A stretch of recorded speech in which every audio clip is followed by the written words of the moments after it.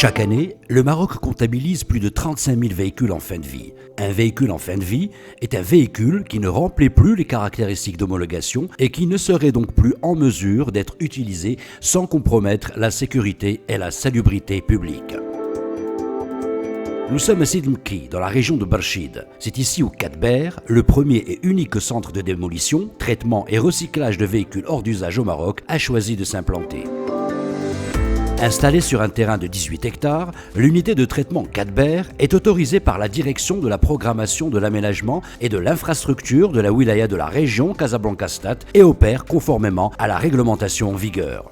Fort de son expertise, Cadber devient le premier site de démolition agréé par le ministère de l'Équipement, du Transport, de la Logistique et de l'Eau dans le cadre du programme de renouvellement du parc de transport routier au Maroc pour la période 2019-2023 dans la région Casablanca-Stade. En effet, depuis plusieurs années, le Maroc s'est engagé à déployer une stratégie de traitement des véhicules en fin de vie, comprenant notamment des primes à la casse mises en œuvre pour les routiers, les transports en commun et les auto-écoles. Nous avons monté ce projet pour contribuer à la création de la filière de gestion de véhicules fin de vie et pour bien sûr combattre l'informel. Cadber reçoit chaque jour des véhicules en fin de vie en provenance de toutes les régions du Maroc. Le propriétaire est alors reçu à l'administration du centre pour soumettre ses papiers et enclencher la procédure administrative. Pendant ce temps, l'engin est examiné par une équipe de contrôle qui vérifie la conformité des documents avec le châssis du véhicule.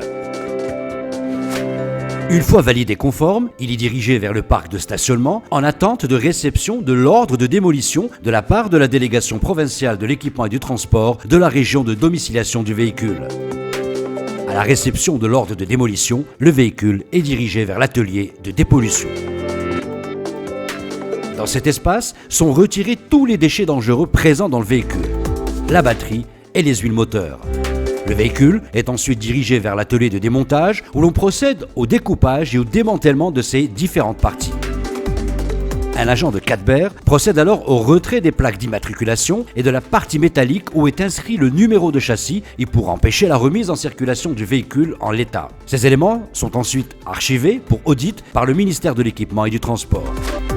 Les différentes pièces du véhicule sont ensuite acheminées vers l'atelier de tri et de séparation.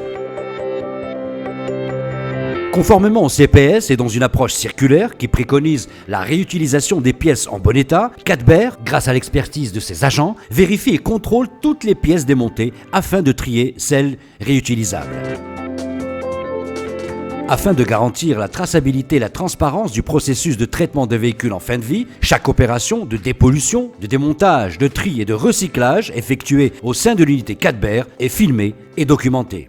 Vouée à se développer et à augmenter sa capacité de traitement afin de répondre aux besoins du marché, l'équipe dirigeante de Cadber porte à cœur la création de valeur économique et sociale autour de cette plateforme. Le volet social est très important. Déjà maintenant, on emploie une vingtaine de personnes dans une partie de la région. On va atteindre facilement 50 personnes ou 2021, une centaine de personnes facilement.